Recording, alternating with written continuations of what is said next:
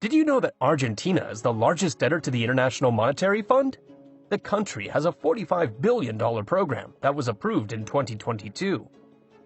Public debt has reached record levels, putting the country in a very complicated situation. But this is not the only nation facing such problems. So today, I will talk about countries that could collapse in 2023. If you want to find out what challenges these places are facing, stay tuned. Number 1. Argentina. In June 2022, the Argentine government's gross debt rose to $378.518 billion, a historic amount that is 8 times the credit Argentina took in 2018, which was renewed in March for $45 billion. For some years now, the country's debt level has been a subject of debate in the economic and political arena. Experts have warned that 2023 could be a really difficult year for the Argentine economy, as heavy payments that have been postponed will begin this year. The debt model Argentina acquired is extremely risky, as it must pay more and more in interest. Of the total maturities that will be paid in 2023, 3 out of every $10 to be returned represent interest, and 6 out of 10 are with international organizations. It is estimated that 2023 and 2024 will be the most complicated years in terms of paying off the debt with the International Monetary Fund. In the past, the country has already defaulted on debt payment terms, and repayment plans had to be adjusted.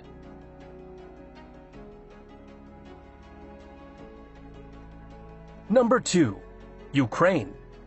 Ukraine's situation is very complicated due to the ongoing Russian invasion of its territory, which is why it's almost certain that they will have to restructure their debt of more than $20 billion.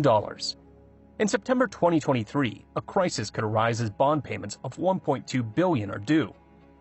Ukraine's state-owned gas company, Naftogaz, has asked international creditors to defer debt payments for 2 years, and it is believed that the Ukrainian government could make a similar request regarding its own debt. On the other hand, it has been estimated that the country will need to invest over $100 billion to rebuild all the infrastructure damaged by the bombings and the armed conflict. For this reason, some experts agree that the best strategy the Ukrainian government can follow is to temporarily halt bond payments through an agreement. It is still unknown what the real impact of the war with Russia will have on Ukraine's economy, or whether the government will be able to meet all its financial commitments in 2023, although it has officially announced that it will. According to estimates, the Ukrainian economy will contract by 35%, and its economic activity will be marked by damage to crops and a decrease in the workforce, as 7 million people have become refugees and another 7 million have been forced to internally displace due to war. The World Bank estimates that Ukraine will need at least $349 billion to recover from the impacts of war, which is 1.5 times the size of the Ukrainian economy in 2021. On the other hand, poverty in the country will increase, and it is believed that the percentage of the population living below the poverty line could reach 60%. Number 3. Tunisia. Tunisia is one of the countries currently at greatest risk, as it has a budget deficit of almost 10% and one of the highest wage bills in the public sector. The country is just a few steps away from facing a financial crisis and has been trying since July to reach a new loan agreement in exchange for a controversial package of reforms. The reform plan includes freezing wages, stopping hiring in the public sector, reducing energy and food subsidies, and selling shares of state-owned companies. The workers' union opposed this reform and organized a national strike. The country has been affected by the global consequences of the war between Ukraine and Russia, and for this reason, the Tunisian government approached the International Monetary Fund seeking a loan of up to $4 billion in exchange for reforms. The workers' union has said that the reforms could cause great discontent and social collapse, as purchasing power will fall and inflation will rise. On the other hand, Tunisia is facing the worst political crisis since the 2011 revolution, as Tunisian President Kais Saied dismissed parliament and began governing by decree, a measure that has been heavily questioned by his opponents and various voices. All this in the context of the war has greatly complicated Tunisia's situation, as the armed conflict has made imports of cereals and hydrocarbons more expensive, which the country depends on, further aggravating the crisis that has been developing for a decade. The financial crisis has led to shortages of basic goods in Tunisia, such as flour, sugar, and coffee, which has sparked strong protests against the president, who is blamed for the situation, which has worsened since he came to power in 2019.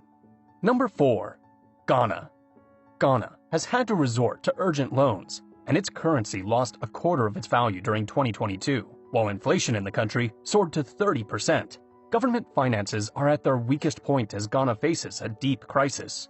The situation originated several decades ago, as the Ghanaian government had accumulated so much debt by 2000 that it began to have trouble meeting its payments.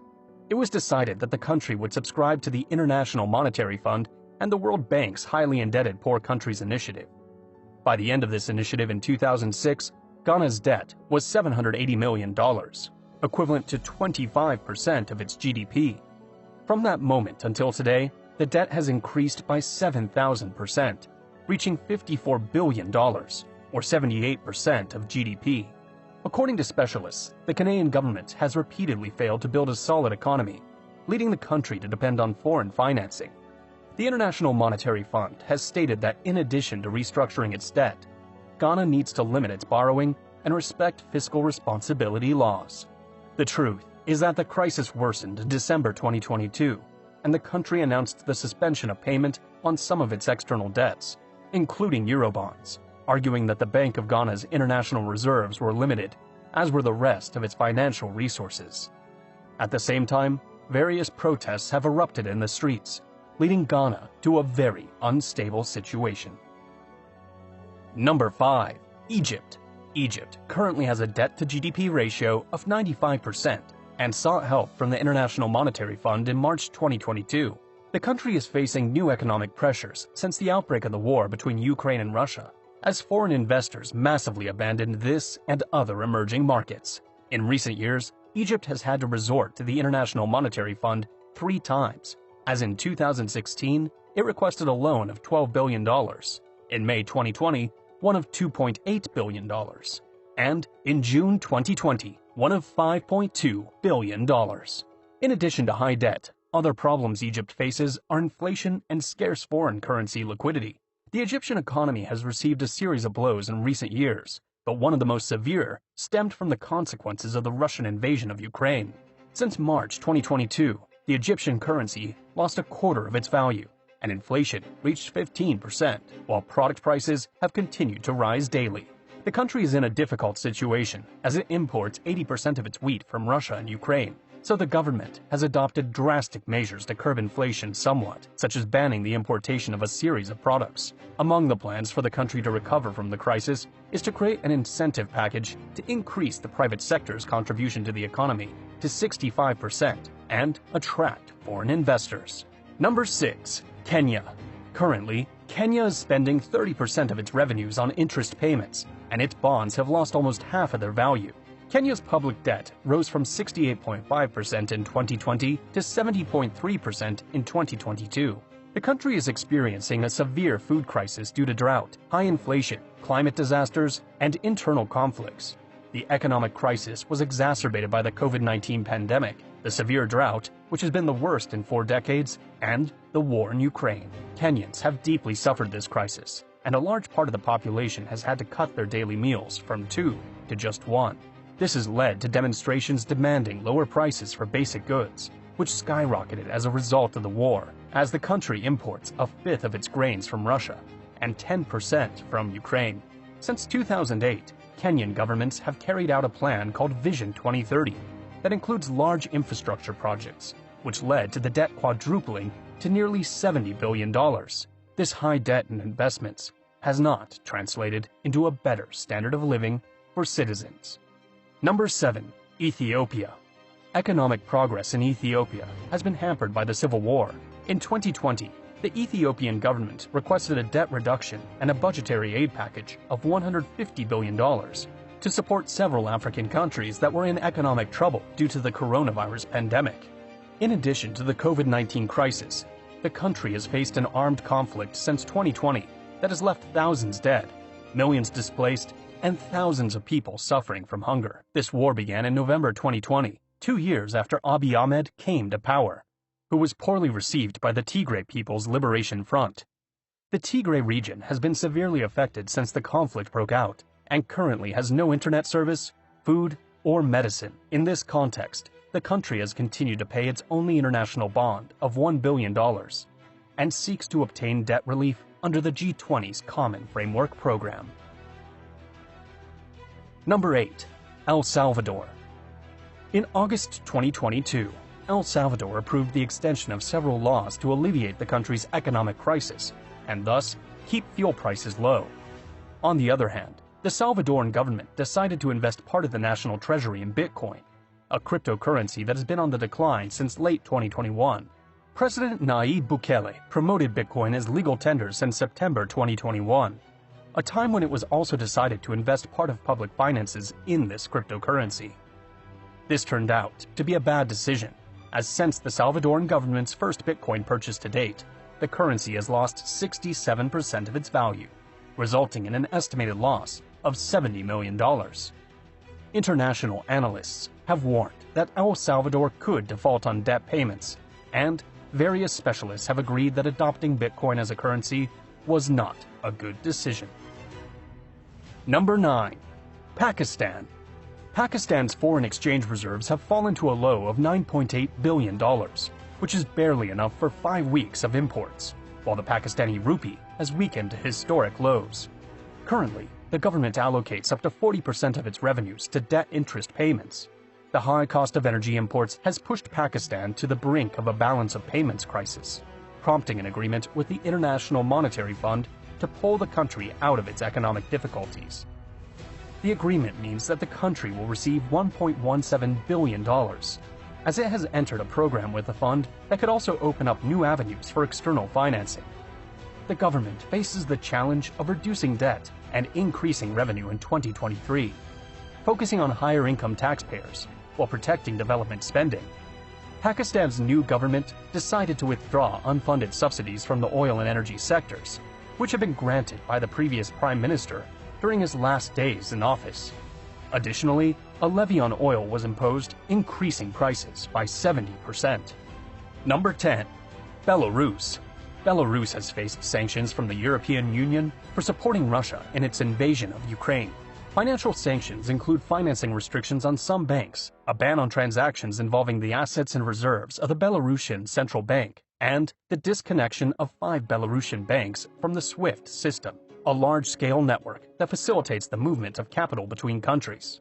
Importation in key sectors of the country's economy, such as hydrocarbons, potash, transportation, and raw materials, has also been banned. In the war between Russia and Ukraine, Belarus has played a crucial role. On one hand, it has been responsible for organizing meetings between Russian and Ukrainian delegates, but it has also provided its territory for Russian military deployment. Amid this conflict, a change in the Belarusian constitution was voted on to reintroduce nuclear weapons. Moreover, it has been suggested that Belarusian troops could join the invasion in a joint military operation. The extent of the damage this alliance will bring to the country is still unclear. Number 11. Ecuador. Ecuador has been plunged into a new crisis with violent protests and an attempt to overthrow President Guillermo Lasso. The protests led to food and medicine shortages and a drastic reduction in oil production.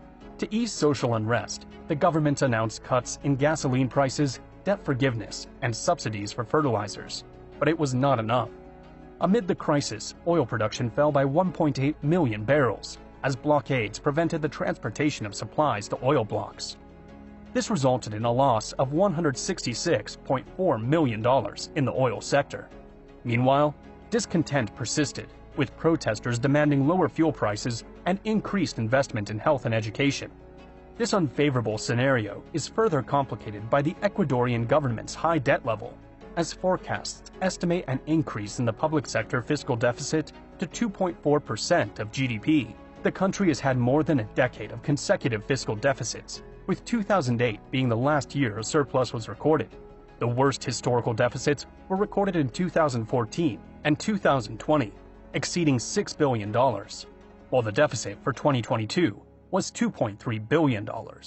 Currently, the Ecuadorian economy depends on tax and oil revenues, but the latter are variable, while tax revenues are insufficient to cover current expenditures, which are mostly public salaries and wages.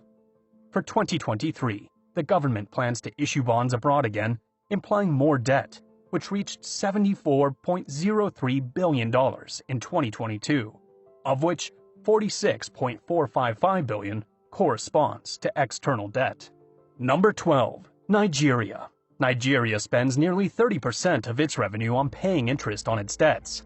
Although the country is a leader in international crude oil production, and oil is its main source of income, these benefits have not trickled down to Nigerian society, which remains deeply unequal. On the other hand, Nigeria's energy transition plan will eliminate fuel subsidies and increase energy costs for most Nigerians.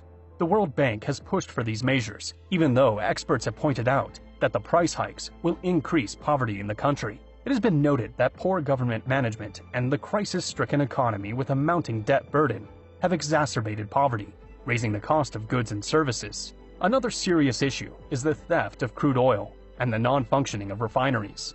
Nigerian governments have resorted to unnecessary borrowing, and the poor economic state has led to a massive migration of human capital, particularly professional workers, leaving the nation without valuable contributions. In this context, the outlook for 2023 appears challenging for this African country. Are you from any of these countries? Leave your opinion and thoughts on the situation in the comments. If you want to know one of these countries, visit this video about Ghana. If you liked it, give it a thumbs up and subscribe with the bell icon activated.